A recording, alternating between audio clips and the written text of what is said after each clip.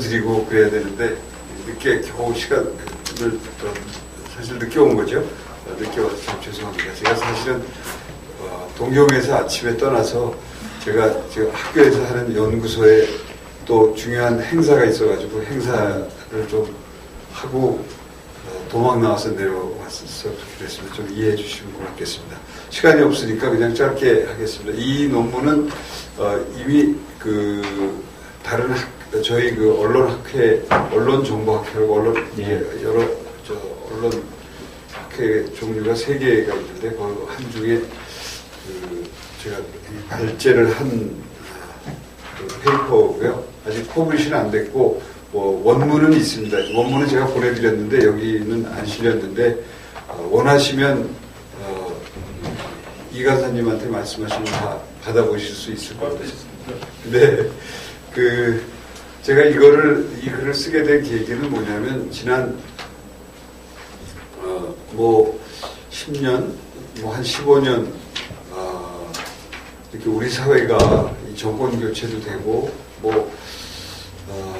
경제 위기도 여러 가지로 겪고 이렇게는 했지만 저는 개인적으로는 이만하면 사실 굉장히 잘 사는 사회인데 왜 이렇게 모두가 다 스스로를 고통스럽게 하고 또 이렇게 미워하기도 하고 또 무시하기도 하고 이러는가. 우선은 좀 이만하면 사실 참 잘하는 것 같고 이런데 조금 더 이거보다는 스스로 자부심도 갖고 행복하게 느낄만 한데 물론 문제는 굉장히 많습니다. 많지만 우리가 뭐를 더 잘하자라고 할 때도 어떤 기반 위에서 해야 되는데 자꾸 이렇게 우리 스스로를 후벼파듯이 하는 것 아닌가 이런 생각이 들었고 그것의 원인이 뭔가 이제 이런 생각을 하게 됐고 또 하고 있습니다. 그래서 자칫하면 제가 이 후벼파는 이런 일을 좀 하지 않았으면 좋겠다고 하면서 저 역시 똑같은 일을 하는 것 아닌가 이런 생각도 들긴 합니다만 그 원인이 어디에 있는가를 제가 좀 짚어볼 필요가 있겠다 이렇게 생각을 했고 그러면 이제 저는 소속은 언론정보학과에 있습니다만 미디어 문화연구라고 해서 이제 문화연구라는 게 그냥 우리가 얘기하는 문화예술하는 그런 문화예술도 하긴 하지만 우리들의 마음의 움직임 같은 것들이 사실 문화거든요. 그런 마음의 움직임 같은 것들을 어떻게 읽어내느냐 하는 게 이제 저의 화두인데 마음의 움직임 같은 것들을 이제 여러 가지로 개념을 할 수 있습니다만 그건 이제 심리학하고는 좀 다른 이 층이라고 할 수 있습니다. 여기 이제 제가 이 표를 먼저 보여드리는데 이 어펙티비티라는 게 이 정서 이렇게 번역을 합니다만 사실 이 어펙티비티라는 거는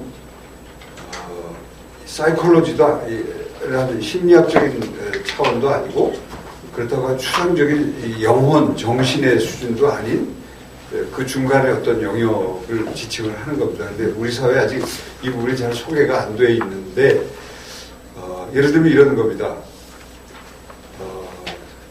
저희가 노래방 좋아하지 않습니까? 그죠? 노래방에 가서 노래를 불러보면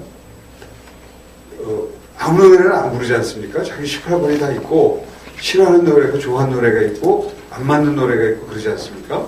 그게 우리가 취향인데 그건 사이콜로지가 아니거든요. 근데 노래를 하면 우리가 목소리로 하고 몸으로 합니다. 또 상대방이 나를 본다는 것도 의식하고 제가 남도 바라다 보기도 하고 그런 것들이 우리가 노래를 할 때 나를 이렇게 투사하고 투여하고 흥이 나거나 아니면 우울해하거나 하는 것들의 차원이 바로 정서의 차원이라고 하는데 이건 마인드라는 것과는 좀 다른 차원인데 바로 우리가 어떤 사람 불안감 같은 거를 흔히 우리가 지금 자꾸 사이콜로지로 너무 이렇게 설명을 하는데 그거하고 좀 다른 차원에서 이런 걸 설명을 이제 하고자 했고 또 제가 설명을 하려고 노력을 하고 있습니다. 그래서 우리 사회 지금 전체에 여러 가지 계층들의 여기 저를 포함한 여기 계신 선생님들을 포함한 우리 사회 구성원 모두가 이건 어느 사회나 다 마찬가지입니다만 어떤 이 마음의 움직임을 가지고 있는 것인가 이런 걸 다는 아니죠. 일률적으로 5천만 명, 5천만 명의 개별이 다르다라고 하는 것은 이제 심리학에서 하는 일이고 저는 이제 이렇게 집단적인 심성의 움직임 같은 것들을 보는데 이거는 변하기는 하지만 매일매일 변하는 것은 아니고 좀 장기적 수준에서 변화하고 또 바뀌고 새로 추가되고 그러는 것이라고 할 수 있습니다. 그래서 이걸 이제 먼저 보여드리는 것은 왜 우리 사회가 이렇게 막 복잡한 것 같은가라고 하는 걸 제가 좀 정리를 해봐야 되겠다. 그래서 이제 요즘에 많이 나오는 게 이 언어 폭력 이런 거 있지 않습니까? 그 다음에 실제로 많은 경우에 여기가 이제 좀 두터웠고 여기 계신 저를 포함한 대다수 선생님들이 이제 중간층에 있거나 아니면 소수의 선생님들은 이 위로 올라가 계신 분들도 좀 계신데요. 이건 뭐 개인을 얘기하는 것은 아닙니다. 그거 오해하지 말아주시고요. 우선 중간층부터 생각을 해보겠습니다. 중간층이 참 이게 골치 아픈 집단인 게 모두 다 아주 가시적인 것은 부자 되기 원합니다. 속물적인 거죠. 그죠? 잘 살고 싶은 거예요. 근데 잘 살고 싶은 정도가 굉장히 강해서 열망이 강해서 투기도 하고 막 이 체면 뭐 염치 불고 수단 방법 안 가리는 사람들이 있고 염치를 가지고 하는 사람들도 있고 그렇죠. 다르습니다. 그런데 이 부자 되기는 기본적으로는 속물성에서도 나오지만 불안감에서도 나옵니다. 왜냐하면 하층으로 떨어질까봐 하는 불안감도 있고 또 이 상층보다 내가 못하다는 것에 무시당할까봐 하는 것도 있습니다. 그래서 부자 되기에 여러 가지 원인이 있긴 하지만 다 부자 되기 원하는 건 아니고 인정투쟁이라는 것은 여러 가지 형태죠. 특히 이제 이 지식인들이 이 인정투쟁에 아주 목을 맵니다. 뭐 저희 다 저를 포함해서 그렇습니다. 인정투쟁이라는 것. 그래서 독일의 철학자 중에 그 하버마스라는 사람의 버금가는 사람 학파가 하나 있는데 그 사람들이 요즘에 굉장히 논문을 많이 하고 있는 게 소위 인정에 관한 게입니다. 인정은 이제 존중이 있을 수 있고 이 무시받지 않으려고 하는 것도 있을 수 있고 뭐 여러 가지 형태들이 있는데 우리 사회에 이 인정투쟁이 그래서 이거 목숨 걸어가지고 표절도 사실 많은 경우에 이 인정투쟁의 한 형태라고도 할 수 있습니다. 이게 수단 방법을 안 가리기 때문에 생겨나는 것이죠. 근데 이것만 있는 것은 아니고 사실은 많은 사람들이 진정성을 통해서 그래도 내가 나를 지키면서 살아야 하지 않겠는가 하는 욕망, 열망 이런 것들도 다 있습니다. 그리고 어떤 한 사람은 사실 어떤 것이 두드러지긴 하지만 사실 이 세 가지를 다 가지고 있고 실제로 일상생활 안에서도 이것들은 사실 복합적이죠.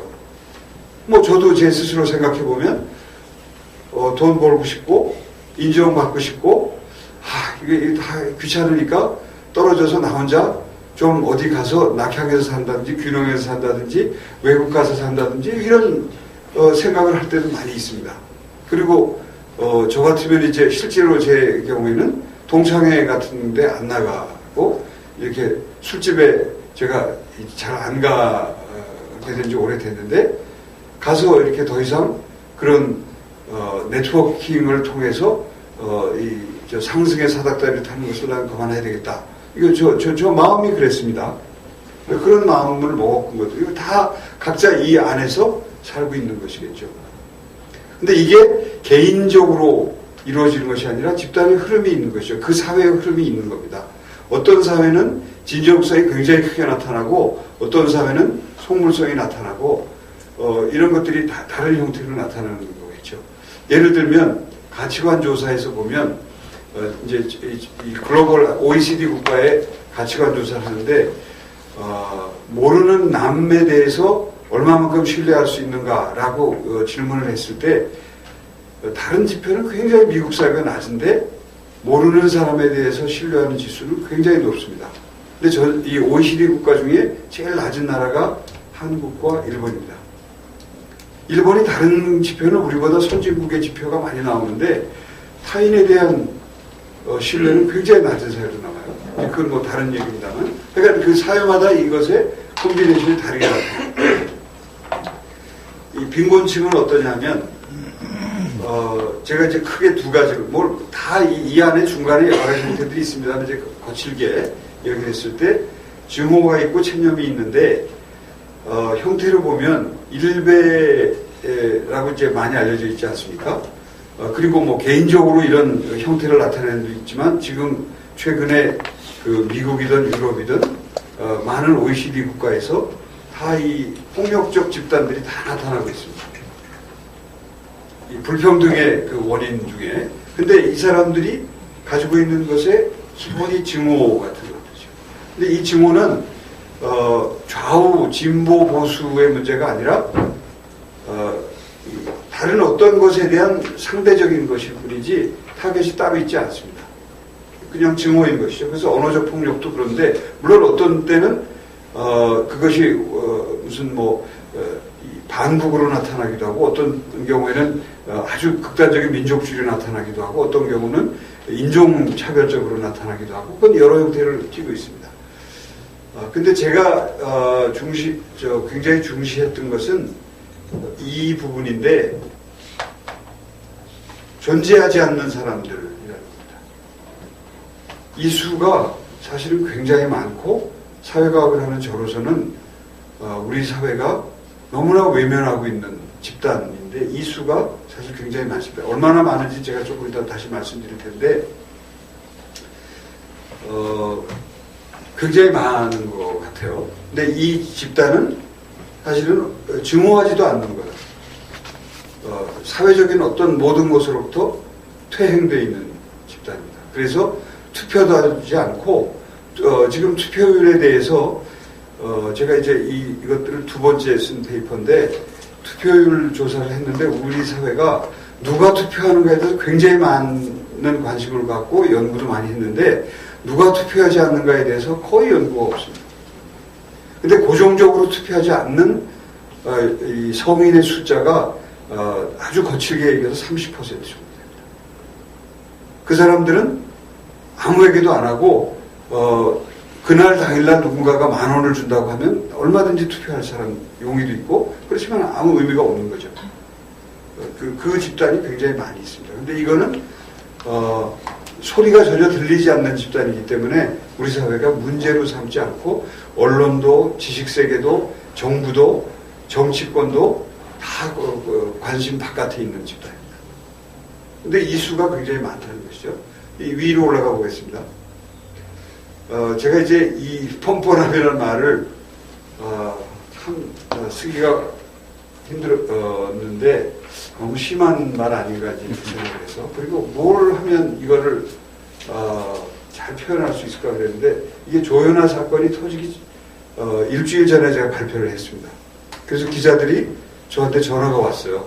근데 이걸 이제 발표한 걸 본 기자도 있고 발표했다는 걸 알고 이제 그래서 뭐 몇몇 기자들이 인용을 하고 그랬는데 바로 그런 겁니다.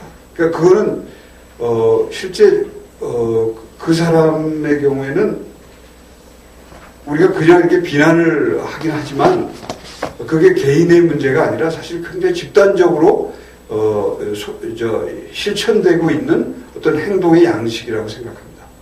그 개인으로 지금 표현이 됐을 뿐이지만 근데 재밌는 것은 왜 이렇게 남을 무시하고 이런 그 뻔뻔함을 가질 수 있는가 하는 것은 저는 어떻게 봤냐면 실제로는 그 사람들은 정말 열심히 일하고 능력도 많은 경우 있습니다.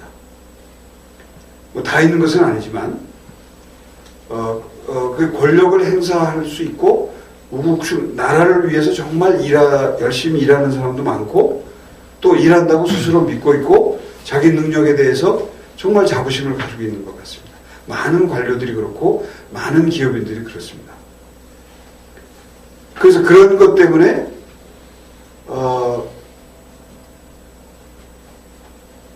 그걸로 충성하고 하면 좋은데 상당 부분에 이 부분이 나타난다는 것이죠. 그 눈에 안 보이는 무시. 근데 이거는 이게 무시하면 혐오가 되는데 이게 사실 뭐 이 기득권층 중간층만 있는 것이 아니라 무시는 위에부터 아래까지 다 내려가고 혐오도 아래로부터 위로 다 갑니다.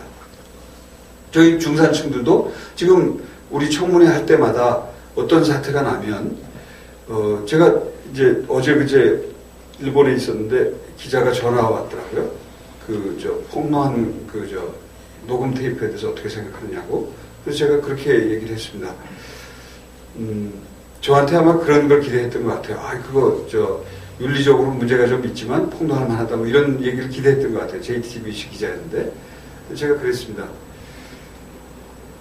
우선 기자가 만일에 한국일보 기자였는데 그것이 공익에 부합한다고 생각했으면 자기 신문에 그냥 실었으면 되는 것이다.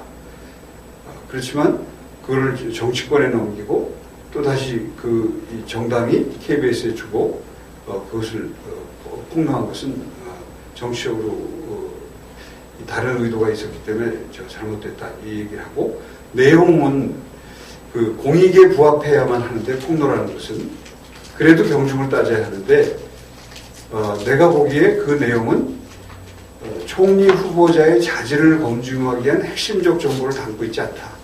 다만 그 사람이 허세를 부리는 내용을 보여주기는 하지만 그것은 자질 검증과 관련된 내용은 아니다. 그렇기 때문에 그것은 개인을 비방하는 데 기여할 수 있을지 모르지만 총리 자질을 검증하는 데는 전혀 도움이 되지 않는 거라고 생각한다. 제가 그렇게 얘기를 했습니다. 그 점이라고 생각하는데요. 우리는 뭐냐면 어떤 것들을 무너뜨리려면 수단과 방법을 가리지 않는 겁니다. 왜냐하면 무시를 당했기 때문에 그 혐오가 그 마음들을 자꾸 이렇게 만드는 것이죠. 그래서 이 상대방의 어떤 사람이 열을 잘못하면, 다섯을 잘못하면 다섯을 잘못한 것에 대해서 단죄하지 않고 그냥 열을 잘못한 것, 백을 잘못한 사람으로 몰아서 고립을 시켜버리는 것이죠. 무너뜨리는 것.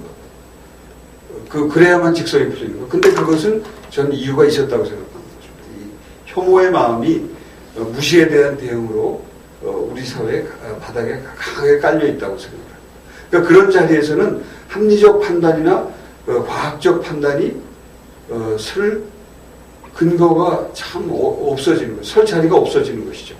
이런 것인데 제가 이거는 그냥 단순히 읽은 것이 아니고 이제 거기 가서 보여드리겠습니다만 가장 큰 것은 소위 부의 불평등 분배, 지금 한창 복지와 증세 논란인데 그것도 저는 상당히 전체 사태를 호도하고 있다고 생각합니다. 호도하고 있는 것은 뭐냐면 사태의 실질적 판단을 하지 않고 정치적으로 모든 것들을 재단하기 때문에 실질적 사회의 내용을 개선하는 데 도움이 되지 않는 논쟁이라는 것입니다. 사회는 이제 되게 이렇게 국가, 시장, 시민사회로 되어 있는데 이 공론장이라는 것은 이제 저희가 말을 나누는 것 아니까 이런 토론의 자리가 공론장인데 이 공론장이 사실은 이 국가, 시장, 생활세계 혹은 시민사회에 공유되어 있어야 하는데 사실 이 공론장이 파워 엘리트 카르텔에 의해서 많은 경우 독점되고 있다는 것입니다. 그래서 실제로 목소리를 내야 할 사람들이 제대로 내고 있지 못하는데 여기에는 물론 대체로 이렇습니다만 이 고위 노동조합 임원들이나 이런 분들도 여기 지금 포함된다고 할 수 있습니다. 그래서 이 공론장이 자연스러운 흐름을 만들어내야 하는데 이렇게 흐름을 만들지 못하고 이 소수에 의해서 이 독점이 되고 물의 흐름이, 그러니까 말의 흐름이 독점되고 있다는 그런 얘기가 되겠습니다. 이제 그게 어떻게 되어 있는지 상황은 조금 이따 다시 설명을 드리겠고요. 저는 그러니까 시민사회를 이건 제가 지금 다른 책을 하나 쓰고 있습니다만 한국의 시민사회는 사실은 시민사회가 아니라 국민사회다 이렇게 생각을 하고요. 미국의 대통령은 항상 My fellow citizen, American citizen 이렇게 얘기하는데 일본은 항상国民이렇게 부르고요. 우리는 국민 이렇게 부릅니다. 이 국민의 내용은 뭐 여기서 개념적으로 제가 설명을 드릴 시간은 없습니다만 다릅니다. 시민과는 시민권을 가지고 있는 근대적 시민의 주체가 아니라 국민은 국가 안에 복속돼 있는 좀 의존적 주체라고 할 수 있는데요. 그건 뭐 국가 관계에서 다른 얘기고 그래서 실제로 저희 지금 소득 분배 같은 것들을 보면 제일 큰 문제는 빈곤층이 너무 많다는 겁니다. 빈곤층이 65세 이상, 67세 이상의 노인들에게 아주 굉장히 많고, 이 청년들에게 많고, 그런데, 어느 정도냐면 60세 이상의 1,000만 원 미만의 가구소득을, 벌고 있는 것이, 이거는 제가 실제로 그 통계청 자료를 가지고 만든 자료입니다. 이 35% 됩니다. 60세 이상에서 1,000만 원 미만 받는 사람이, 그러니까 노인 빈곤율이 너무 높죠. 1,000만 원에서 3,000만 원, 33%. 이걸 두 개를 합치면 70%가 됩니다. 60세 이상에. 그 다음에 7천만 원, 이게 왜 미만? 그렇죠. 1억 미만. 이게 14.9%, 13% 이렇게 해서 역시 50대는 부유층이 상당히 있는 것이고요. 전체 평균으로 보면 이렇습니다. 12%, 25%, 15%, 15%, 12%, 8% 이런 정도인데 실제로 이 부분만 이 부분 3천만 원 미만 부분만 부분적으로 이동을 조금 하면 훨씬 상태가 나아질 거라고 보여집니다. 그리고 많은 사회도 이것이 조금은 이동을 하고 있는 것을 볼 수 있습니다. 제가 설명 다시 드리겠습니다. 가구 원별로도 봤는데요. 1인 가구에서 한 사람 사는데 1,000만 원 미만 버는 사람이 46%. 그러니까 반, 혼자 살면 46%가 이렇게 되는 거죠. 노인 가구는 60%가 1,000만 원 미만이고요. 이건 이제 설명을 제가, 그러니까 가구 소득을 어떻게 측정하느냐는 건데, 빈곤은 이 중위소득이나 평균소득의 50%의 미만을 벌면 빈곤이라고 추정을 합니다. 근데 시간이 없어서 그냥 지나가도록 하겠고요. 이게 뭐냐면, 이것도 그냥 시간이 없으니까 지나가겠습니다. 이것도 지나가고요. 중요한 거는, 어떻든 지금 저희가, 이 통계청이 낸 가계동향조사의 통계를 볼 때, 빈곤에 속하는 사람들이 1,091만 명이고, 소득세 자료를 볼 때도, 더 높아진다고 볼 수 있습니다. 이게 조정한 것인데요. 통계청 자료를 보정한 자료인데, 그 다음에 아주 상층들이 여기 있는 것을 볼 수 있습니다. 그 표에 보시면 아시겠지만 시간이 없어 그냥 지나가는데요. 통합소득으로 볼 때 최상위 100명이 평균 얼마를 벌고 있는지 이렇게 보실 수 있습니다. 10만 명, 상위 10만 명이 1년 평균이 4억 5천 정도 버는 걸로 나옵니다. 이것도 그러니까 이 1분위가 그냥 지나가겠습니다. 시간이 없으니까 지나가고 지금 저희가 국제 비교하면 통계청 지표는 진위계수 소득재 분배가 진위계수가 세계에서 제일 낮은 걸로 나와 있습니다. 근데 그렇게 낮은 거를 이제 김나경 교수라는 분이 보정을 한 건데 뭐 이거 시간이 없으니까 다시 요걸 보여드리겠습니다. 요 표를 보시면 세 개의 그룹이 있는데 역시 북구 쪽에 이 복지가 잘 돼 있는 그룹이 있고 독일, 프랑스, 영국 이런 데가 실제로 소득 불평등은 높은데 복지를 통해서 소득 불평등이 완화되는 대표적 국가들입니다. 여기는 두 개가 다 높은 것이고, 근데 그게 보정이 잘 안 되는 나라, 소득 불평등이 사실 독일, 프랑스, 영국과 유사합니다. 이 미국이나 한국이나 터키, 멕시코는. 그런데 복지를 통해서 보정이 여기는 되고 안 되는 나라가 요 그룹입니다. 저희는 요 그룹에 들어가 있는 겁니다. 근데 통계청 자료를 그대로 쓰면 그거 잘 안 되는 것으로 나와요. 잘 되는 것으로 나오는데 그것은 오류라고 되게 보여주는 게 맞는 것 같습니다. 정규직, 비정규직은 지금 50% 정도로 되게 보시면 될 것 같고요. 이게 이제 문제인데, 이 정규직과 비정규직의 차이가 지금 반반 아닙니까? 근데 반반 중에 지금 되게 소득은 60대 40 정도, 그러니까 정규직이 한 60% 정도, 뭐 추정을 따라 좀 다른 것 같습니다만 하는데, 이게 이 현대자동차의 그 같은 공정 라인에 47명의 중에서 정규직이 28명, 사내도급, 그러니까 비정규직이죠. 19명인데 똑같은 일을 합니다. 여기도 같은 라인에 26명, 21명으로 되어 있는데 똑같은 일을 하는데 월급은 60%밖에 못 받습니다. 대우도 완전히 다르죠. 그러니까 똑같은 일을 하니까 그 증오감이 어떻겠습니까? 그런데 이 정규직을, 현대자동차 정규직을 대표해 주는 것은 민주노총입니다. 비정규직은 아무도 대변해 주지 않습니다.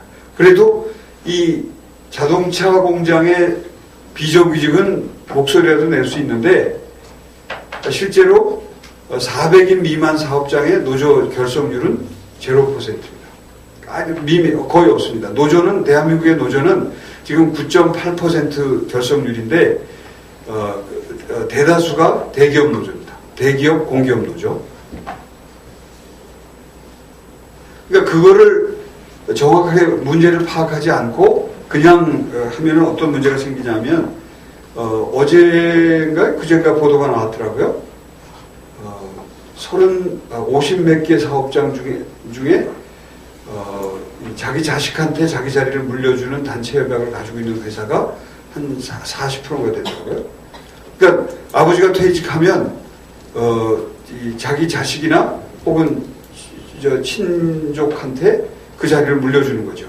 그게 단체 협약에 지금 있지 않습니까? 그런 단체 협약이 있는 것이죠. 그게 다 노조의 힘인데 그 노조들은 다 대기업 노조고 1000명 이상 사업장의 노조입니다. 그래서 이제 이런 상황이 제가 보기에는 이런 각 계층들의 다양한 형태의 이 마음의 움직임들을 만들어내고 있다 하는 것이고요. 이제 하나만 더 설명을 드리겠습니다. 이제 이게 상층의 경우에 파워엘리트 그룹의 동맹인데 이게 지금 87년부터 2012년까지의 전체 기업 200대 기업 내 자산 비중이 전체 자산 비중이 범삼성이 19%. 그러니까 여기 보면 87년에 5.47%에서 19%까지 상승하는 걸 볼 수 있습니다. 이 5대 재벌이 다 비슷하지 않습니까? 상승하는 것으로. 이 공무원들의 이 지금 재취업 현황과 중요한 사회이사 진출 이런 것들은 정말 심각한 상황인데 이것이 지난번 세월호를 계기로 해서 사실 상당한 정도로 척결이 됐어야만 하는데 아무것도 못했습니다. 왜냐하면 이상한 싸움을 하는 바람에 아무것도 할 수가 없었는데 이게 그냥 단순히 서울에서만 일어나는 것이 아니라 광역시 산하 공기업에서 각 정당이 다 자기네 사람들을 다 집어넣고 있습니다. 전체 언론부터 시작을 해서 시민운동 부분까지 다 마찬가지입니다. 그러니까 7개 광역시 공기업 기관장 86%가 광피하고요. 상근임원도 60% 차지하고 이거 보시면 대기업 사회이사의 관료비중 출신 좀 한번 보십시오. 신세계의 82, 65 이런 정도입니다. 이 도대체 이 대기업의 관료 출신인 사회이사를 이렇게 많이 늘 어떤 근거가 있겠습니까? 근데 이런 것들이 사실 다 사회 전체의 움직임으로 알기 때문에 사회 모든 계층에서 이 부당함에 대해서 다 몸으로 느끼고 알고 있는 것이죠. 이거는 이제 언론 상황입니다.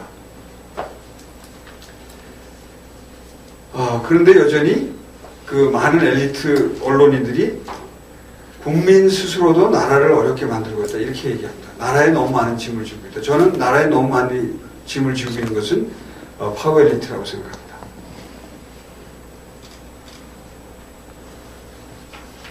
그래서 이제 이런 상황들이 계속되고 있고 나도 부자가 돼봐야 하겠다 이렇게 하고, 제 학생 중에 미국에 유학 간 친구 하나가 지금 어떤 논문을 쓰고 있냐면 이 20대 30대 젊은 층의 부자 되기 열풍에 대해서 쓰고 있는데, 정말 뭐 언론에 보도되지 않는 정말 대단히 많은 일들이 일어나고 있더라고요. 사회 저변에서 20대 30대 젊은 사람들에게 있어서. 그거는 그냥 실업계층이 아니라 좋은 회사를 다니든 어떤 회사를 다니는 젊은 사람들이 그 부자 되고 싶은 열망에, 이제 그리고 이거는 이제 빈곤층 이야기인데, 제가 아까 추정해드렸던 대로 적게는 800만 명에서 1천만 명.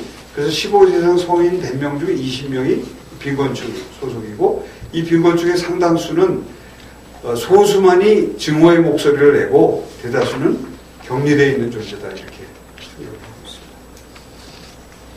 어떻게 해야 되겠느냐?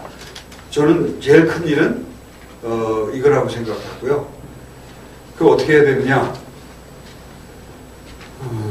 각 부문의 공기업, 대기업의 각 부분에 향후 10년에서 20년간 월급을, 그러니까 소득을